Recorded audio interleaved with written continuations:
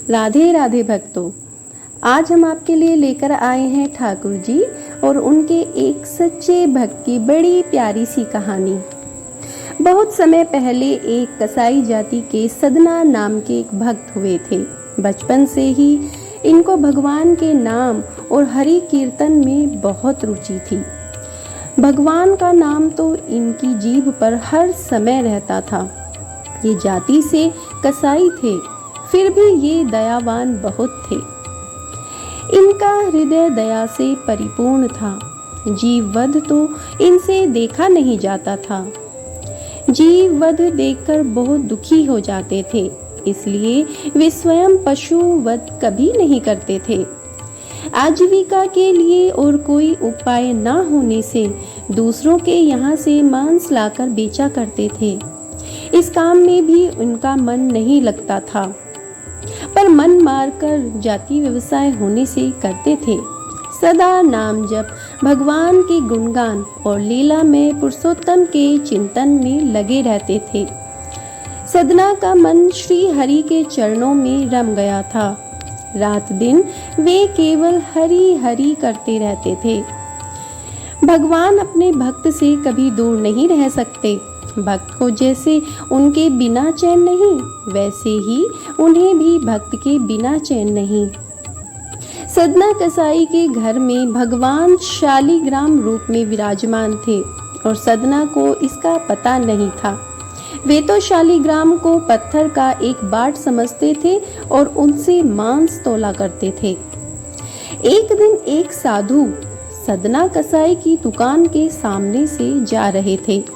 दृष्टि पड़ते ही वे शालिग्राम जी को पहचान गए।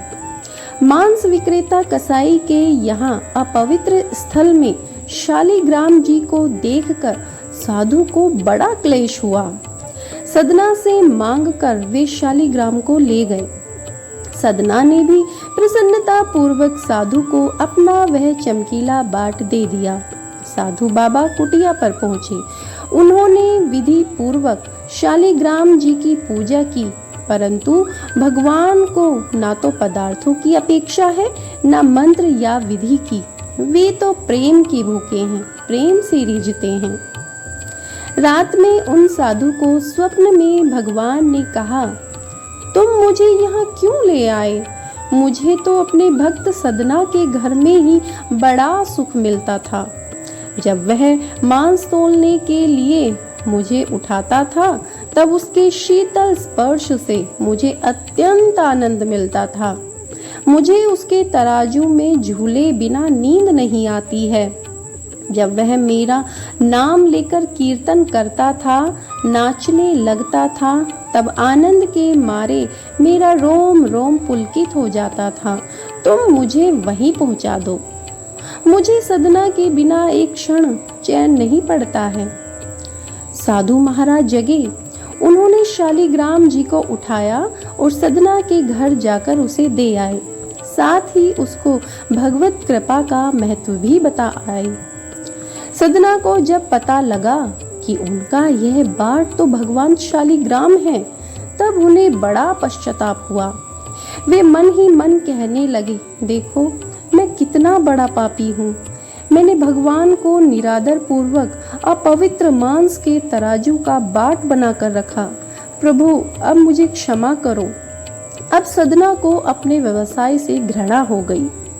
सदना कसाई शालिग्राम जी को लेकर पुरुषोत्तम क्षेत्र श्री जगन्नाथपुरी को चल पड़े। मार्ग में संध्या समय सदना जी एक गांव में एक गृहस्थ के घर ठहरे। उस घर में स्त्री पुरुष दो ही व्यक्ति थे। स्त्री का आचरण अच्छा नहीं था। वह अपने घर ठहरे हुए स्वस्थ सुंदर सबल पुरुष पर मोहित हो गई और सदना जी के पास जाकर अनेक प्रकार की अशिष्ट चेष्टाएं करने लगी। सदना जी तो भगवान के परम भक्त थे। उन पर काम की कोई चेष्टा सफल न हुई। सदना जी उठकर हाथ जोड़कर बोली, तुम मेरी माता हो, अपने बच्चे की परीक्षा मत लो। माँ, मुझे आप आशीर्वाद दो।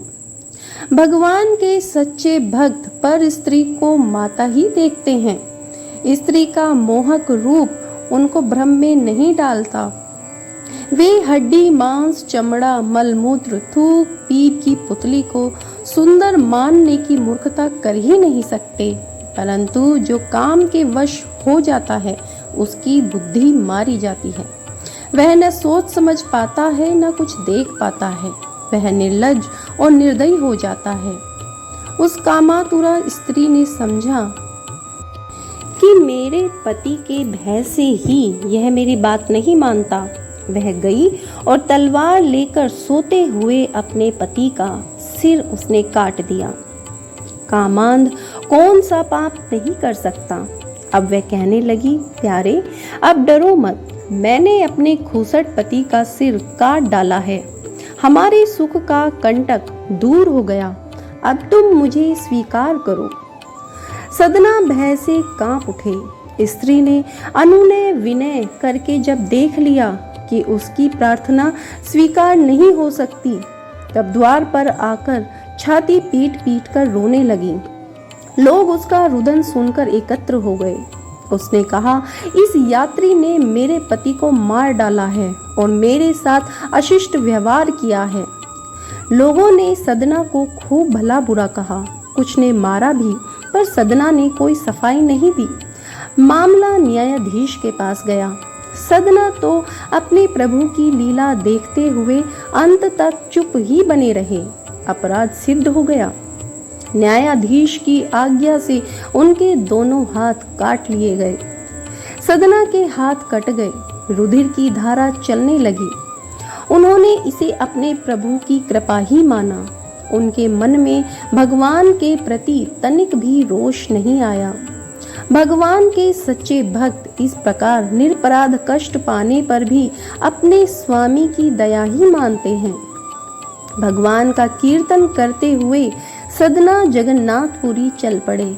उधर पुरी में प्रभु ने पुजारी को स्वप्न में आदेश दिया, मेरा भक्त सदना मेरे पास आ रहा है, उसके हाथ कट गए हैं, पालकी लेकर आओ और उसे आदर पूर्वक ले आओ। पुजारी पालकी लेकर गए और आग्रह पूर्वक सदना को उसमें बैठाकर ले आए। सदना ने जैसे ही श्री जगन्नाथ जी को दंडवत करके कीर्तन के लिए भुजाएं उठाईं, उनके दोनों हाथ पूर्ववत ठीक हो गए।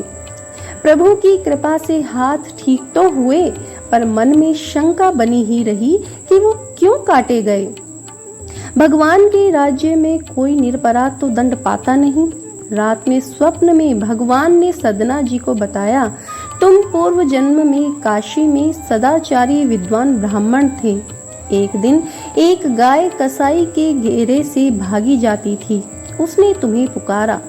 तुमने कसाई को जानते हुए भी गाय के गले में दोनों हाथ डालकर उसे भागने से रोक लिया।